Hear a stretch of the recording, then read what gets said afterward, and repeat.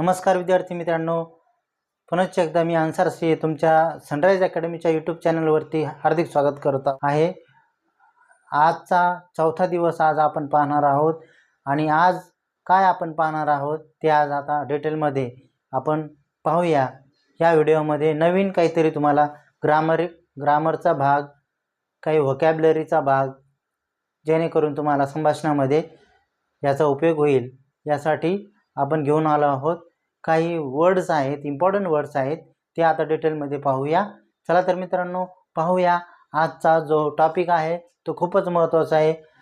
हा व्हिडिओ पूर्ण पहा जेणेकरून तुम्हाला पूर्ण काय सांगितलं इम्पॉर्टंट वर्ड्स आणि व्होकॅब्युलरीमध्ये तुमच्या भर पडणार आहे ते डिटेलमध्ये पाहूया। चला मित्रांनो पाहूया आजचा जो टॉपिक आहे तो काय आहे नेमका पाहूया। बेसिक आणि इम्पॉर्टंट वर्ड्स। बेसिक आणि इम्पॉर्टंट वर्ड्स हा ग्रामरचा पण भाग आहे। याला इनडिफिनाइट प्रोनाउन्स असं पण म्हणतात। आणि या जे काही वर्ड्स आहेत, इम्पॉर्टंट वर्ड्स आहेत, यामुळं इंग्रजी बोलायला सोपं तुम्हाला होणार आहे। त्यामुळे व्हिडिओ एंडपर्यंत पहा। चला तर पाहूया मित्रांनो कोणते आहेत ते वर्ड्स ते आता डिटेलमध्ये पाहूया। पहिला वर्ड्स आहे, फर्स्ट वर्ड्स एनीबडी। एनीबडी किंवा एनीवन याचा अर्थ आहे कुणीही, कुणीतरी। याचा वाक्यात उपयोग कसा केलाय? Is anybody there? इथं तिथे कोणतरी आहे का? कुणी आहे का? कुणी आहे का? एनीवन किंवा एनीबडीचा अर्थ कुणीही किंवा कुणीतरी। तिथे आहे का असा एक जण विचारतो आणि दुसरा सांगतो की येस ऑर नो। ओके, आता दुसरा वर्ड आहे समबडी किंवा समवन। याचा अर्थ आहे कुणीतरी। समवन कुणीतरी एक किंवा कुणीतरी, समवन इज कमिंग, कुणीतरी येत आहे, कोणीतरी येत आहे। त्यानंतर तिसरा वर्ड पाहूया आपण, एव्हरीबडी। मित्रांनो हे आज आपण जे काही पाहत आहोत हे आहे इनडिफिनाइट प्रोनाउन्स। आणि हे इनडिफिनाइट प्रोनाउन्स हे पहिले जे चार आहे ते व्यक्तीबद्दल उच्चारले जातात किंवा बोलले जातात आणि त्याच्यानंतरचे स्थान किंवा ठिकाण ते आपण डिटेलमध्येच पाहूया। तत्पूर्वी आपण हे चार पाहून घेऊया। पहिल्यांदा एक झाला, पहिला झाला। दुसरा पाहूया समबडी, समवन म्हणजे कुणीतरी, someone is coming. Okay, everybody म्हणजे नेमकं काय? एव्हरीबडी, एव्हरीबडी म्हणजे सर्वजण। एव्हरीबडी नोज दिस, ते सगळ्यांना माहीत आहे, हे सगळ्यांना माहीत आहे। ओके, चौथा वर्ड आहे नोबडी। नोबडी म्हणजे नो वन, म्हणजे नोबडी म्हणजे कुणी नाही। याचा अर्थ काय होतो? कुणी नाही। नो वन नो धिस, कुणालाही माहीत नाही हे, याचा अर्थ होतो no one know this. Okay, no म्हणजे काय? माहीत असणे। त्यानंतर पाचवा पाहूया आपण, एनीवेअर। एनीवेअर म्हणजे कुठेतरी।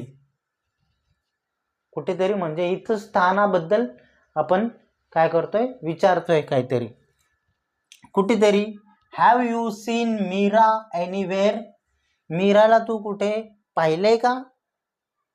Okay, have you seen Meera anywhere? तू मीराला कुठेतरी पाहिले का? ओके, त्यानंतर सहावा पाहूया आपण, समवेअर। कुठेतरी, समवेअरचा अर्थ आहे कुठेतरी। I have seen it somewhere, मी कुठेतरी ते पाहिले, मी कुठेतरी ते पाहिले, असा त्याचा वाक्यात उपयोग होतो। ओके, त्यानंतर पाहूया सातवा, एव्हरीवेअर। एव्हरीवेअर म्हणजे काय? प्रत्येक ठिकाणी। I looked everywhere for my keys. मी सगळीकडे म्हणजे प्रत्येक ठिकाणी माझ्या कीबद्दल किंवा किल्लीबद्दल किंवा चावीबद्दल पाहिलं. त्यानंतर पाहूया आपण 8वा आहे नो वेअर, कुठेही नाही. याचा वाक्यात उपयोग I have got nowhere to sit, मला कुठेही जागा भेटली नाही बसण्यासाठी. त्यानंतर पाहूया आपण 9वा आहे. आता हे 4 स्थानाबद्दल आपण पाहिले. स्थानाबद्दल जसं की एनीवेअर, समवेअर, एव्हरीवेअर, नोवेअर. आता पाहूया आपण एखाद्या वस्तूबद्दल हे इनडिफिनाइट प्रोनाउन्स कसे यूज केले जातात ते पाहूया. एनीथिंग, एनीथिंग, थिंग म्हणजे वस्तू, काहीतरी. एनीथिंग आणखी काही किंवा काहीतरी. I do not have, I do not have anything to eat, माझ्याकडे खाण्यासाठी काहीही नाही. समजते? एनीथिंग म्हणजे काहीतरी नाही, काहीही नाही किंवा काहीतरी नाही. समथिंग, समथिंग म्हणजे काही. आय हॅव गॉट समथिंग, मला काहीतरी मिळालंय, मला काहीतरी मिळालंय. त्यानंतर पाहूया एव्हरीथिंग, सर्व काही. याचा अर्थ काय? सर्व काही. हॅव यू गॉट एव्हरीथिंग, तुला सर्व काही भेटले का? ओके, तुला सर्व काही भेटले का?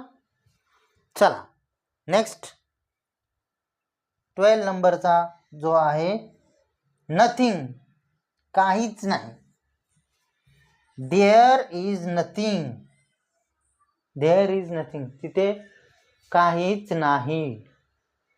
I hope you understood this new words किंवा इम्पॉर्टंट वर्ड्स आहेत जे की तुम्हाला तुमच्या व्होकॅब्युलरीमध्ये भर घालणारी ही वाक्य आहेत आणि ही शब्द आहेत किंवा वर्ड्स आहेत की ज्यामुळं आपण विचारू शकतो कशा पद्धतीनं हे वाक्यात उपयोग केलं जातं आणि त्याचा अर्थ आपण डिटेलमध्ये इथं दिला आहे. आणि या वाक्यामुळे, या इम्पॉर्टंट वर्ड्समुळे तुमच्या ज्ञानामध्ये खूपच भर पडणार आहे. आणि हा जो पार्ट आहे हा आपल्या डे 4चा टॉपिक आहे. आणि यानंतर आपण डे 5चा जो टॉपिक आहे नेक्स्ट व्हिडिओमध्ये पाहणार आहोत. तत्पूर्वी आपण जर आपल्या चॅनलवर नवीन असाल तर आपल्या चॅनलला सबस्क्राईब करा आणि साईडचं बेल आयकॉन प्रेस करा, जेणेकरून आपल्या पुढचे जे काही व्हिडिओ येणार आहेत ते तुम्हाला मिळून जातील. आणि असंच प्रेम तुम्ही आपल्या चॅनलवरती ठेवा जेणेकरून आम्हाला प्रेरणा मिळेल. मित्रांनो, आपल्या व्हिडिओला लाईक करा आणि साईडचं बेल आयकॉन प्रेस करा, सबस्क्राईब करा आणि जास्तीत जास्त मित्रांना शेअर करा जेणेकरून आपल्या जे काही नातेवाईक आहेत, मुलं आहेत, ते या व्हिडिओपासून वंचित राहू नये यासाठी शेअर करा. धन्यवाद. जय हिंद, जय भारत.